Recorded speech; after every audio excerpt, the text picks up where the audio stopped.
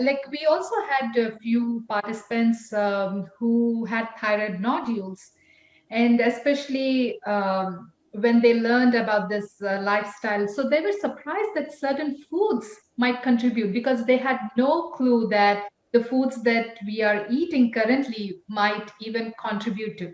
Because when they were going to their doctor too, the doctor even did not tell them. So it comes as quite a shock for many of them that food can cause. So, like, can you, for our listeners, can you just list down, like, what are the common foods that we see in our environment nowadays can contribute uh, to thyroid nodules or even So, imbalance?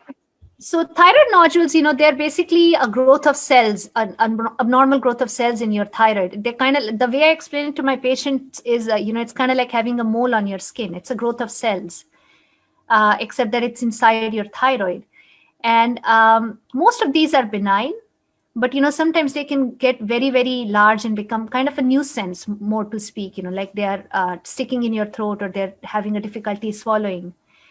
Very rarely, they can also overproduce thyroid hormone, and a person can become hyperthyroid, which itself is a problem, because if you have an imbalance of hormones, if your thyroid hormone levels are too high, then that can cause people to feel sick too, because they will have a very high metabolism, not able to sleep, heart will have palpitations, may even get, arrhythmias or tachycardias, etc., which is abnormal heart rate or rhythm.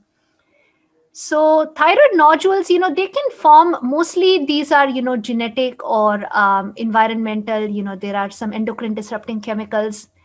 In terms of the food and other exposures, the big one that comes to my mind is iodine deficiency. Goiters are very notably, like before we had iodized salt, we would have large goiters, and there would be serious repercussions on children's intellectual ability and IQ if they were born to women who had iodine deficiency.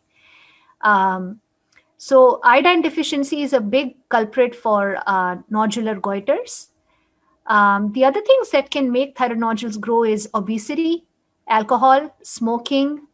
I think I already mentioned the endocrine disrupting chemicals. We don't have full control over them, and there is not a lot of randomized control trials that see how we can eliminate these. But just in general, phthalates, PVCs, BPA, etc., plastics, microwaving plastics, all of these, so these are some of the things that we should be mindful of, things that we can control. So maintaining a healthy BMI, not drinking excessively, for women, ideally less than 2 to 4 a week at the most, because women are the ones who have, 10 times more nodules than men do. And then, smoking, obviously, we should make sure we quit smoking if that's a problem. In terms of other food culprits, not a lot we know about cruciferous vegetables, although we hear about, them all the time. And, media say, oh, I can't eat cruciferous, I can't eat cabbage because that can cause a goiter or a nodule. And that is not totally true. The studies show that you can have cruciferous vegetables in moderation. If you want to eat like a serving or two daily, that should be okay.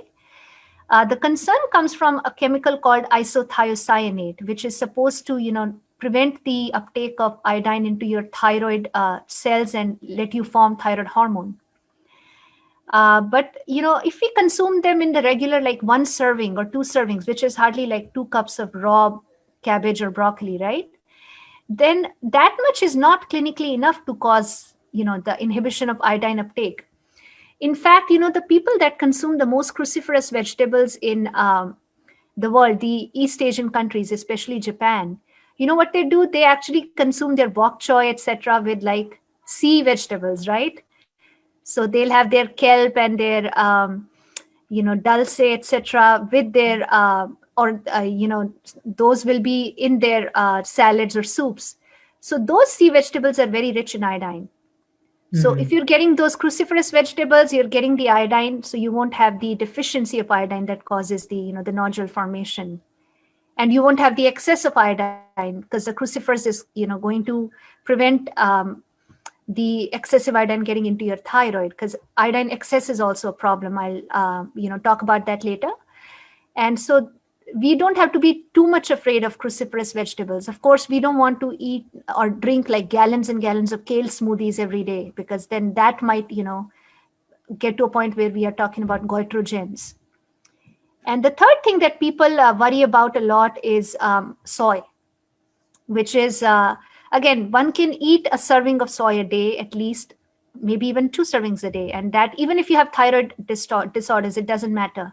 The risk for that comes from the story about that comes from, isoflavones, which are a chemical that inhibit one of the thyroid peroxidase enzyme that, again, is important for our thyroid hormone formation. But again, in order to do that clinically, you have to eat tons and tons of soy. So if you're eating like 1 cup or 2 cups of soy a day, that itself should not be enough to cause thyroid problems. Especially unprocessed soy. I don't want people to go and start eating like these highly chemically processed soy. Any processed food, soy is no exception.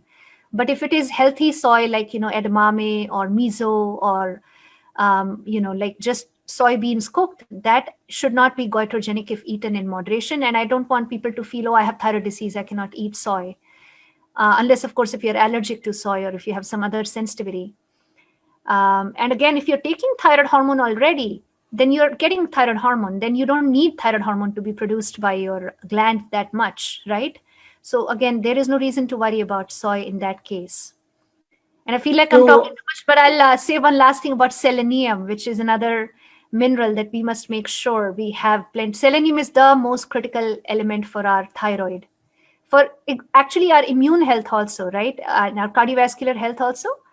But thyroid is one of the richest organs in terms of selenium consumption. And so there is a very important antioxidant enzyme inside the thyroid that needs selenium as a cofactor. And if we have selenium deficiency, then we won't be able to, again, make our thyroid cells withstand the oxidative damage.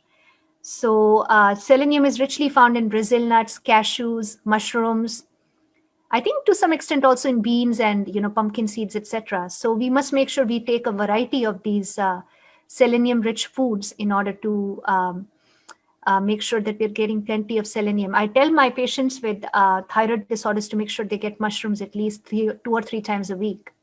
hmm, Mushrooms are the bomb when it comes to thyroid. another good reason to eat mushrooms, like, so they're so protective against even breast cancer as well. Yes.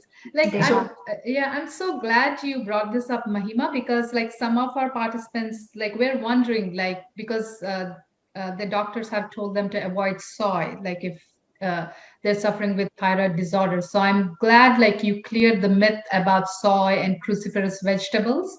so In it's moderation, okay. they should be okay. I don't want them to drink gallons and gallons of soy milk, because then we are Mhm. starting to get to the point where we can get clinical goitrous effects. But 1 or 2 servings a day, you're talking about like, Yeah. 10 to 16, who eats 16 ounces of soy? It's kind of hard to do that, right? And if Yes. Yes. Yes. you should be okay, you should be safe to do that. Yes. Yes. So basically, it's okay to have 1 to 2 servings of cruciferous vegetables like cabbage, broccoli, bok choy. This is all good. So much of anti-inflammatory stuff, and And they're uh, anti-cancer. yeah, Cruciferous vegetables are. anti-cancers. Mhm. So, and sometimes we see people avoiding this like kale and with limited information. So it's good that we are able to clarify that. And same thing with the unprocessed or minimally processed soy. They're one of the most helpful foods on the planet. Right. Um, so, With the and soy, they I'm want glad. to keep it non-GMO also. So organic, hopefully, it's non-GMO, but just stay away from GMO soy because I worry about them.